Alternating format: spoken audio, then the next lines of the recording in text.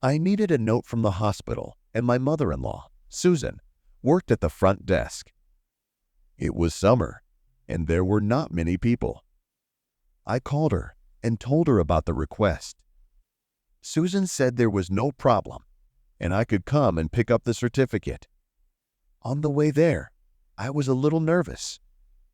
I wasn't entirely sure why I felt that way. Maybe it was the thought of seeing Susan in her element at work, or maybe it was the usual anxiety associated with paperwork and formalities. Whatever the case, I tried to calm myself as I approached the hospital. Upon reaching the hospital, I found the receptionist and waited for her. Soon I saw her walking down the hallway, her white coat barely covering her knees and her high-heeled shoes clicking on the floor. She looked spectacular for a woman of about 45. Her hair was neatly styled and her makeup was flawless, giving her confidence and poise. As she approached, I greeted her and she smiled. She told me I would have to wait a few minutes and went back to work. I took a seat on the bench, watching her every movement. She walked back and forth, her slender legs moving gracefully. Her presence was alluring, and I couldn't look away. After a while, Susan looked up at me and smiled. "Why don't we have lunch together?" she suggested. I nodded, and she led me down a long hallway. As we walked, my eyes couldn't help but follow the lines of her legs. My wife, Anna, usually walked in sneakers, but here, Susan had on high heels and walked with confidence. There was something tantalizing about the way she moved. The click of her heels echoed in the empty hallway, and her coat rippled with each step. I felt a mixture of admiration and guilt, knowing I shouldn't look at her like that, but unable to stop myself. She led me into a small staff room, pointing to an electric kettle and several shelves littered with documents. The room was cozy, with a small table and a couple of chairs. She pulled out a couple of sandwiches and poured tea into 2 mugs. As we sat at the table, I could barely focus on anything else but her closeness. Her hands, with their long, brightly colored nails, mesmerized me. She carelessly ran a finger along my cheek, and I flinched in surprise. The touch was unexpected, and it sent a wave of fear and arousal through me. I wasn't sure what she meant, but the gesture was memorable. Susan handed me a sandwich, and although I tried to eat, I struggled to swallow. She sat down across from me, crossing one leg over the other, and caught my gaze. She smiled understandingly, her eyes sparkling as she watched me try to concentrate. "You're awfully quiet," she said, her voice teasing. I tried to brush it off, but my heart raced. Then, without thinking, I reached out and touched her knee. She didn't pull away, just stared at me in anticipation.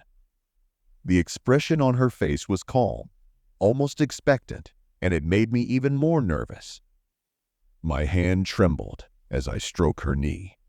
She smiled again and encouraged me. "Go ahead if you want to." She took off one shoe and placed her foot on my knee.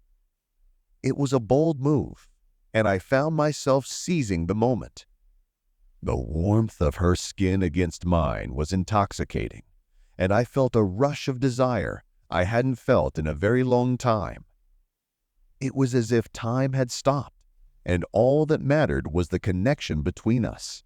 Suddenly, I pulled away and moved toward the door, but Susan calmly stood up and bolted it shut. She threw a defiant look at me, and things escalated quickly. It was a real rush, and the excitement of being caught added to the tension. We both knew what we were risking, and yet neither of us hesitated. The room seemed smaller, and the air seemed thick with tension. I could hear my own breathing, heavy and ragged as we gave into the moment. The fear that someone would knock on the door only heightened the sensations, making every touch and every movement more urgent. When we were done, Susan took her time fixing her makeup in front of the mirror. She looked stunning, and there was no hint of what had just happened on her reflection. She smiled at me as if nothing had happened. "Let's go," she said, and I followed her into the waiting room. Back we walked in silence, but there was an unspoken understanding between us. I watched her work, already missing the feel of her skin soft and smooth, unlike my wife's.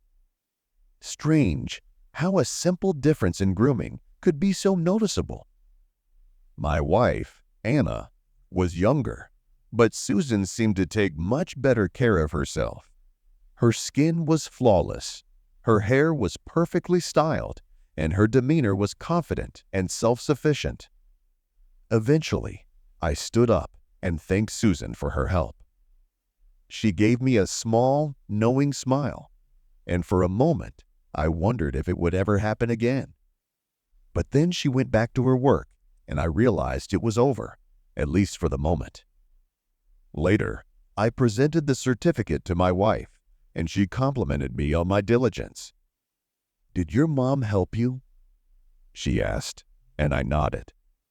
Of course, I couldn't have done it without her. The words sounded heavy. Embedded in them was a secret that only Susan and I knew.